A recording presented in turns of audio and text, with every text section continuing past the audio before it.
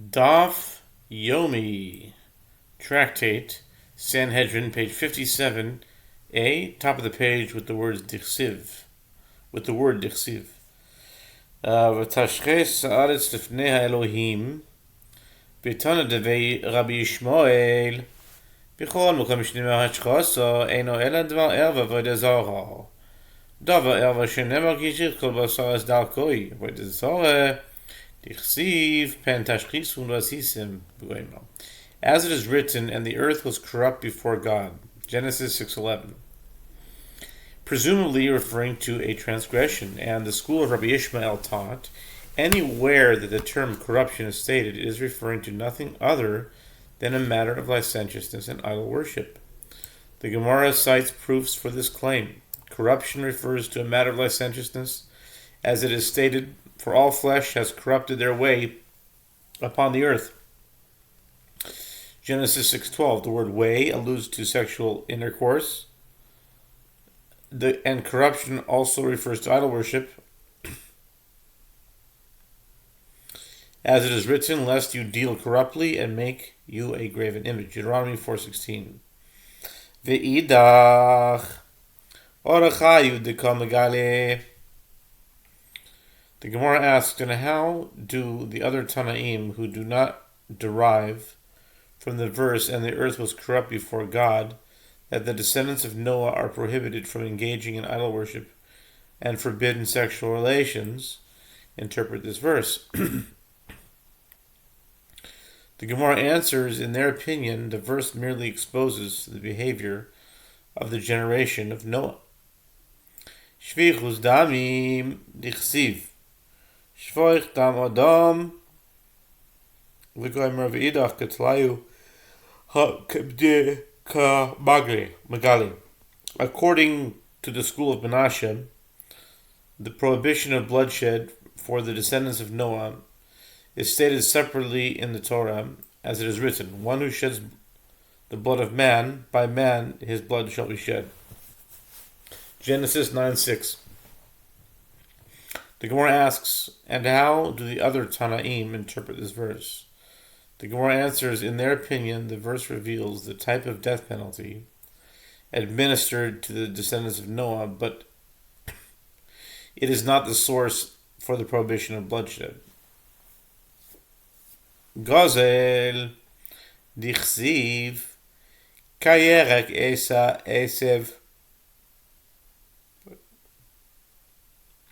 נתתי לכם את כל ואמר רבי לוי כירק עשב ולא כירק גינה ואידך ההוא למשחי בשר הוא דעשה. The prohibition of robbery is stated according to the school of Menashe, as it is written, every moving thing that is alive shall be for food for you, like the green herbs I have given you all. Genesis 9:3, and Rabbi Levi says, like the green herbs that sprout all over by themselves and are ownerless, and not like the vegetation of a garden which belongs to the garden's owner alone. This indicates that robbery is prohibited. The Gemara asks, and how do the other Tanaim interpret this verse? The Gemara answers, in their opinion, that verse comes to permit the consumption of meat. Even menachai dichtiv, ach pas benafshe dam lo yisachelu, ve'idach achu lemishchesh chotzim hu da'asa. The prohibition against eating a limb from a living animal is stated in the Torah, as is written, only flesh with its life, which is its blood, you shall not eat. Genesis 9:4. In other words, it is prohibited to eat flesh while the animal that it comes from is still alive. And how do the other Tanaim interpret this verse? In their opinion, the verse comes to permit eating a limb from a living, creeping animal. This prohibition does not apply to creeping animals. So let's say a grasshopper, which is kosher, You're allowed to eat it sounds pretty weird, but eating the leg off a grasshopper would not be a Torah prohibition. It might be a rabbinical prohibition, just being disgusting. But anyway, C59b. Siros tichsiv shiratzu ba'aretzu v'rubo v'idach levacha ba'alma. The prohibition of castration that applies to the descendants of Noach is stated, as is written, and you be fruitful and multiply. Swarm in the earth and multiply in it, Genesis 9:7, indicating that nothing may be done to prevent reproduction. And the other Tanaim hold that this verse is written merely as a blessing, not as a mitzvah.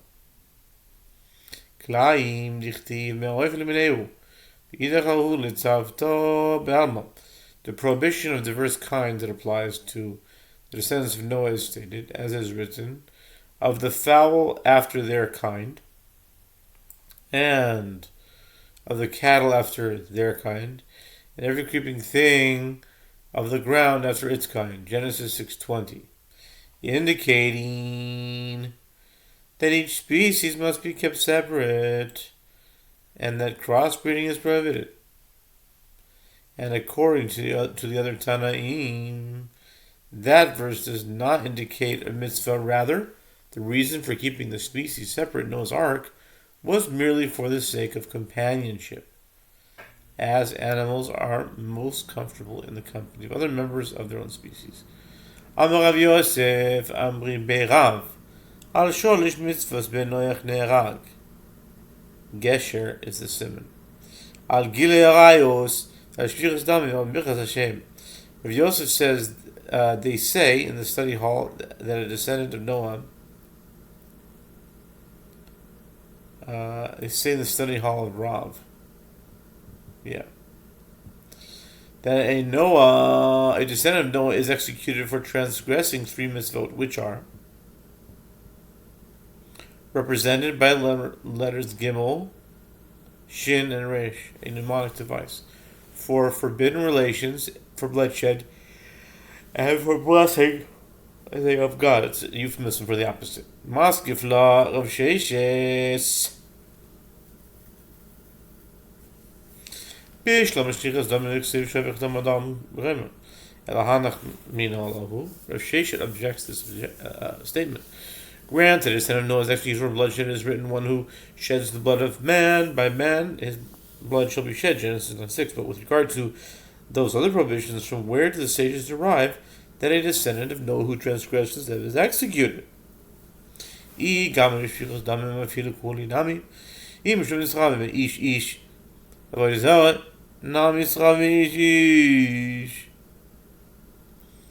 they derive it from a punishment for bloodshed by means of analogy, the descendants of Noah should be executed, even if they transgressed any of the other Noahide mitzvot, if they are executed because they are included in the term anyone, and similarly the term no one stated with regard to these 2 prohibitions, as it is stated with regard to cursing the name of God forbid, blessing the name of God.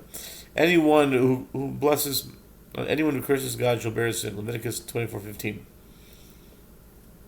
And then it states with regard to forbidden sexual relations, no one shall approach any that is near of kin to him to uncover their nakedness. Leviticus 18:6. Then Gentiles should be executed for idol worship too, as they are included in the term anyone stated in that context. See Leviticus 20, verse 2. Elam Sheishes Amri Berav.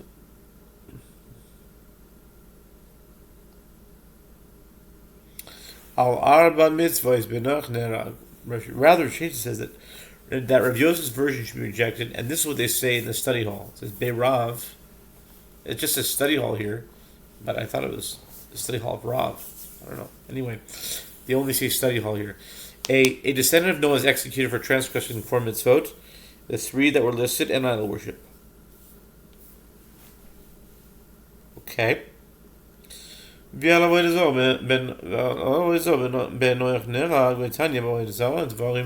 שבייס דין של ישראל ירושלים בנוח מוזר עליהם עזור אין מיסלוי אמר רב נחמן יצחק עזור שלהן Zu misason, zu hi misason.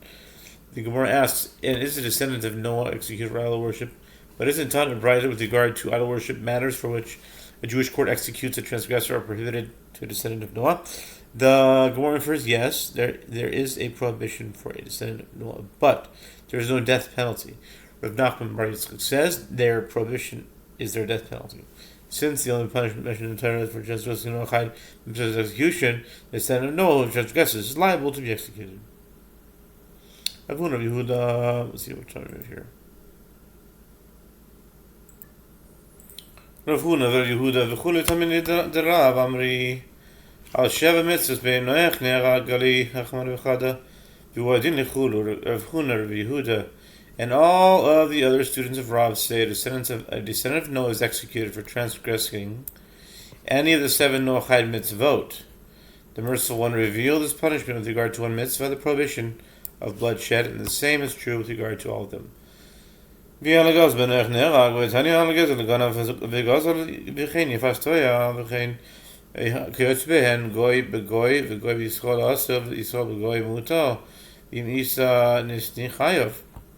Gemara asks, but is a descendant of Noah executed for robbery?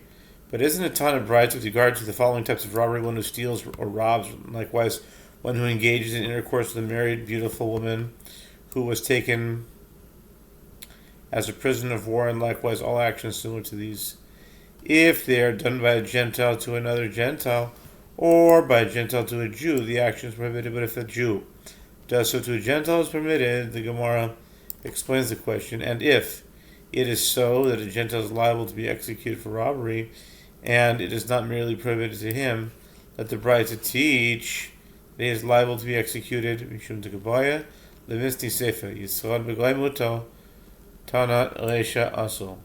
The Gemara answers because the Tana wanted to teach in latter clause that if a Jew does so to a Gentile, it is permitted. He taught in the former clause that if a Gentile does one of these, it is prohibited. If the Braita were to state that if a Gentile does so, he is liable, it would have to state that if a Jew does so to a Gentile, he is exempt, because this is the opposite of liable. That would indicate that it is actually prohibited for a Jew to do so to a Gentile, and that he is merely exempt from liability, which is not the case. Therefore, the word prohibited is used with regard to a Gentile. Therefore, this does not prove that a Gentile is exempt from capital punishment. If the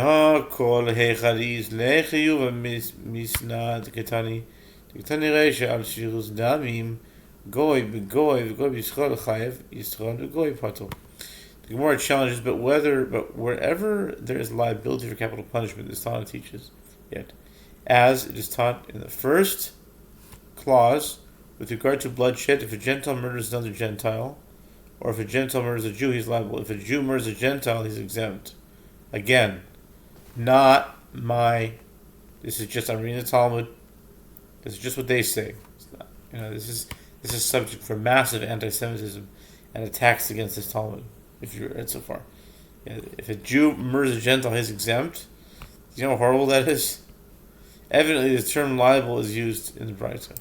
Then again, maybe those Gentiles, they were really killing Jews and stuff. They were really making them suffer, so maybe they felt just angry and saying whatever.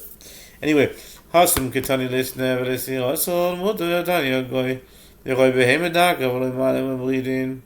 the Gemara answers, in that case, how should the Tana teach it? Should he teach it using the terms prohibited and permitted, indicating that a Jew may kill a Gentile ab initio, but isn't it taught in a Braita that with regard to a Gentile, and likewise with regard to a Jewish shepherds of small livestock, who were typically robbers, one may not raise them out of a pit into which they fell, and one may not lower them into a pit. In other words, one may not rescue them from danger, but neither may one kill them ab initio. With regard to robbery, the term permitted is relevant as is permitted for a Jew to rob a Gentile. This is not probably what we're posting anyway. Kayoitze boy begazel mahi amar bar Yaakov v'Yisrael poel b'kerem. The Gemara returns to discuss the details of the prohibition of robbery mentioned in the Brisa, which includes actions similar to it. The Gemara asks, with regard to robbery, to what action similar to it is the Brisa referring? Rav Yaakov says it is necessary only to teach the halacha of a laborer working in a vineyard who eats from the fruit of the vineyard. His action is similar to robbery, and it is prohibited for the Gentiles to do so. Poed bekerem emas.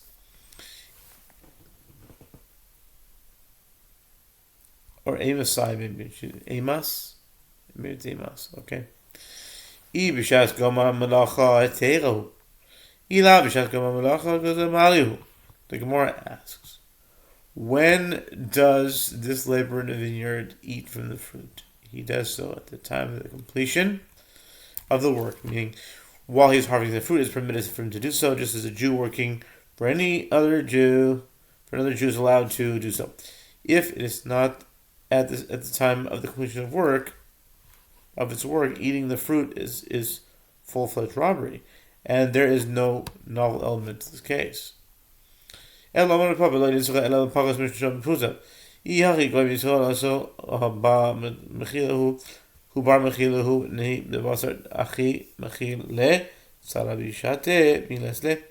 Rather, Rav Papa says that the mention in the Braita of actions similar to robbery is necessary only to teach the halacha of one who robs another in less than the value of a pruta. The Gemara asks, if so, why does the Braita state that it is prohibited for a Gentile to do so to a Jew? Isn't a Jew apt to forgive such a tiny debt? Why is this considered robbery? The Gemara answers, although afterward the owner forgives him, he does not incur distress at the time. Does he not incur distress at the time of the robbery? Consequently, at the time of the robber commits a transgression and he is liable to be punished for it. Goy b'goy giyoytze behen kevan delo b'nei mechilahu ninu gazal malia. Okay, we're almost done. The Gemara challenges if the mention of actions similar to robbery is referring to the robbery of less than the value of one pruta, what is a novel element in the case of a Gentile who robs a Gentile, since they are not apt to grant forgiveness? Robbing a Gentile, even a minuscule amount, is considered full-fledged robbery and not really similar to robbery.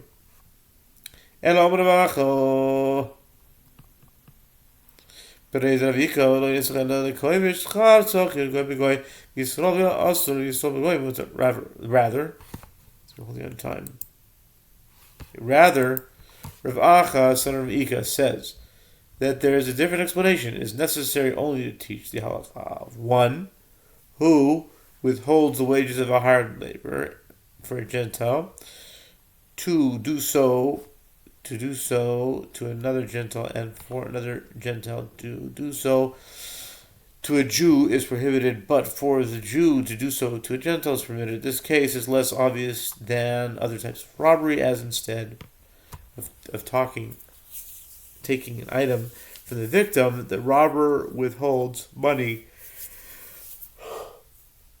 as due to him.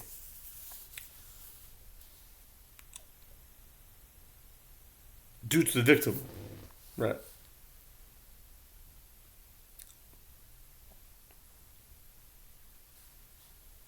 Okay. Kiyotze bifastoya mahi kiyasoim yom rabilazom omer chanin ben oyashim echadshim chalav doi boleo negaleha. The Gemara clarifies further. What is the action that is similar to engaging in intercourse with a beautiful woman who is a prisoner of war, to which the Braita is referring? When Rav Dimi came from Eretz Yisrael to Babylonia, he said that Rabbi Elazar says that Rabbi Chanina says, in the case of a descendant of Noah, who designated a maidservant as a mate for his slave, and then he himself engaged in intercourse with her, he is executed on her account, although the maidservant is his property and he is not the slave's full-fledged wife. Nevertheless, he is guilty of adultery. The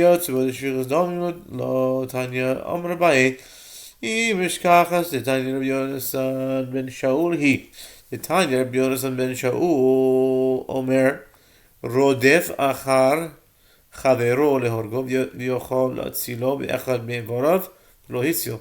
The Gemara comments that Braita does not teach that a descendant of Noah is liable for actions similar to bloodshed. Abayas says, if you had a Braita that teaches this, It is in accordance with the opinion of Rabbi Yonatan ben Shaul, as it is taught in a Braita that Rabbi Yonatan ben Shaul says, if a person pursues another to kill him, and the other one being pursued can save himself by injuring one of the limbs of the pursuer, but he does not save himself in this manner, and instead he kills his pursuer, he is executed for killing him.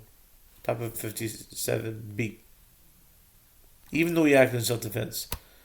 Kind of like Avner and Azael.